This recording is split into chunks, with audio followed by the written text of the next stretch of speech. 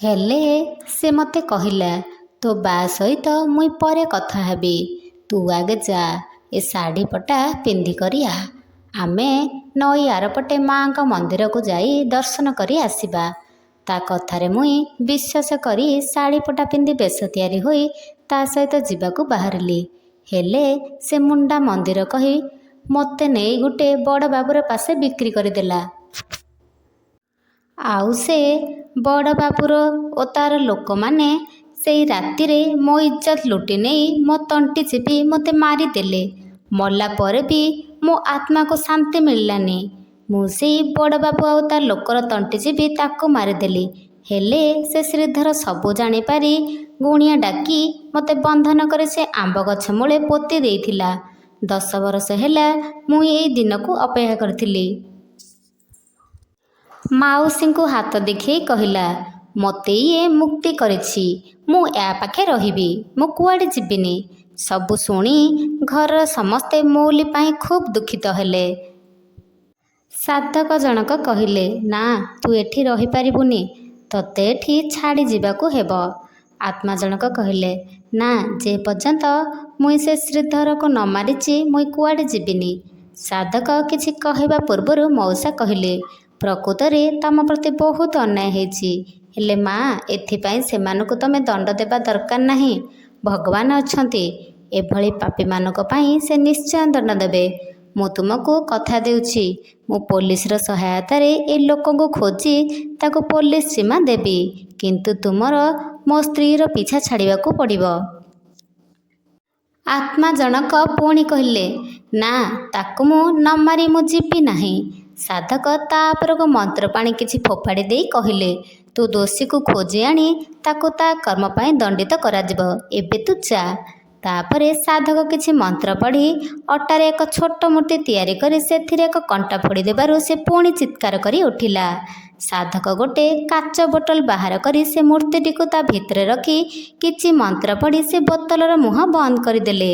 ତାପରେ କେତକୀ ସେଇଠାରେ ହିଁ ତଳେ ପଡ଼ିଗଲା। ସାଧକ କହିଲେ, ସେ ଆତ୍ମା ବର୍ତ୍ତମାନ ଚାଲିଯାଇଛି, ଆସନ୍ତୁ ଏ ଝିଅକୁ ସମ୍ଭାଳନ୍ତୁ। ମଉସା ଆଉ ଆଈ ଉଠି ଯାଇ କେତକୀକୁ ତଳେ ଉଠେଇ କୋଳରେ ଧରିଲେ। ଦେଖିଲେ ବେତ ପ୍ରହାରରେ କେତକୀର ହାତ ଦେହ ସବୁ ଲୋଳା ଫାଟି ଯାଇଛି, ତା ଗାଲ ମୁହଁ ସବୁ ଫୁଲି ଯାଇଛି। ସାଧକ କହିଲେ, କିଛି ବ୍ୟସ୍ତ ହୁଅନ୍ତୁନି, କିଛି ସମୟ ଭିତରେ ତାର ସେନ୍ସ ଆସିଯିବ। ଏତିକି କହି କେତକୀର ମୁଣ୍ଡରେ ହାତ ବୁଲାଇ ଆଣିଲେ ଏବଂ ଗୋଟେ ଚେଳମୂଳି ଘଷି ତା ପାଟିରେ ଦେଲେ। ସେ ସାଙ୍ଗେ ସାଙ୍ଗେ ଉଠି ବସିଲା ଓ ଚାରିଆଡ଼କୁ ଚାହିଁଲା। ଆଈ ଡାକିଲେ, କେତକୀ, କେତକୀ ମାରେ। କେତକୀ ସମସ୍ତଙ୍କୁ ଚାହିଁ ହସିଲା, କିନ୍ତୁ ତା ସହିତ କ'ଣ ହେଇଛି ତାର କିଛି ମନେ ନଥିଲା। କିନ୍ତୁ ଦେହ ସାରା ଏତେ ଦରଜ ଥିଲା ସେ ଉଠି ପାରୁନଥିଲା। ଆଈ ଓ ମାଉସୀ ତାକୁ ନେଇ ଘର ଖଟରେ ଶୁଆଇ ଦେଲେ। ସାଧକ କହିଲେ, ସେ ଆତ୍ମା ଏବେ ମୋ କବ୍ଜାରେ, ଆପଣ ହିଁ ତାକୁ ସାଙ୍ଗରେ ଆଣିଥିଲେ। ମାଉସୀ ଆଶ୍ଚର୍ଯ୍ୟ ହୋଇ ପଚାରିଲେ, କେମିତି? ସାଧକ କହିଲେ, କେଉଁଠି କେଉଁ ଗଛ ତଳେ କି କେଉଁ ପଡ଼ିଆରେ କ'ଣ ଥୁଆ ହେଇଥିବ, ଆପଣ ତାକୁ ଖୋଲାଖୋଲି କରିଥିବେ। ମାଉସୀ କିଛି ସମୟ ମନେ ପକାଇ କହିଲେ, ହଁ, ଗୋଟେ ଆମ୍ବ ଗଛ ମୂଳେ 2ଟା ସରା ନାଲି ସୂତାରେ ବନ୍ଧା ହୋଇ ଥୁଆ ହୋଇଥିଲା। ମୁଁ ପାଣି ଆଣି ଆସିବା ବେଳେ ସେଇଟା ମୋ ଗୋଡ଼ରେ ବାଜିଲା। କ'ଣଟେ ବୋଲି ଦେଖିବା ପାଇଁ ମୁଁ ସେଇଟା ଖୋଲି ଦେଇଥିଲି, ହେଲେ ସେଥିରେ କିଛି ନଥିଲା। ତାପରେ ତାକୁ ଫୋପାଡ଼ି ଦେଲି। ସାଧକ ଜଣକ କହିଲେ, ହଁ, ସେଥିରେ ବନ୍ଦୀ ହେଇଥିଲା। ଆପଣ ସେଇଟା ଖୋଲି ତାକୁ ମୁକ୍ତି ଦେଲେ, ସେ ସେଥିପାଇଁ ଆପଣଙ୍କ ସାଙ୍ଗରେ ଆସିଲା। ଇଏ ଗୋଟେ ଅତୃପ୍ତ ଆତ୍ମା, ଏ ଆତ୍ମା ବହୁତ ଶକ୍ତିଶାଳୀ।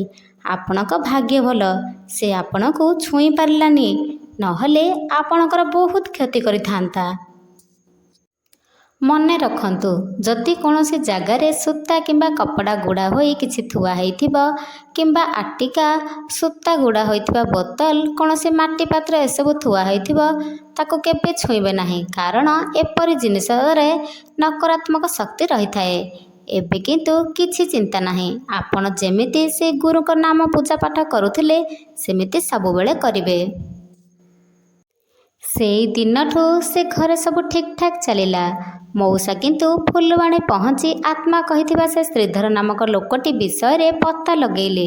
ତାପରେ ସେ ଜାଣିବାକୁ ପାଇଲେ ଯେ ହଁ, ସେଇ ନାଁରେ ଜଣେ ଲୋକ ଥିଲା, କିନ୍ତୁ ସେ ପକ୍ଷଘାତ ରୋଗରେ ପୀଡ଼ିତ ଥିଲା। ଏବେ 2-3 ବର୍ଷ ତଳେ ତାର ମୃତ୍ୟୁ ହେଲା। ମଉସା ମନେ ମନେ କହିଲେ, ମାରେ ତୋ ଦୋଷୀକୁ ଦଣ୍ଡ ମିଳିସାରିଛି। ଭଗବାନ ତାକୁ ଉଚିତ ଶାସ୍ତି ଦେଇସାରିଛନ୍ତି। ତୁ ଏବେ ଶାନ୍ତି ହେଇଯା।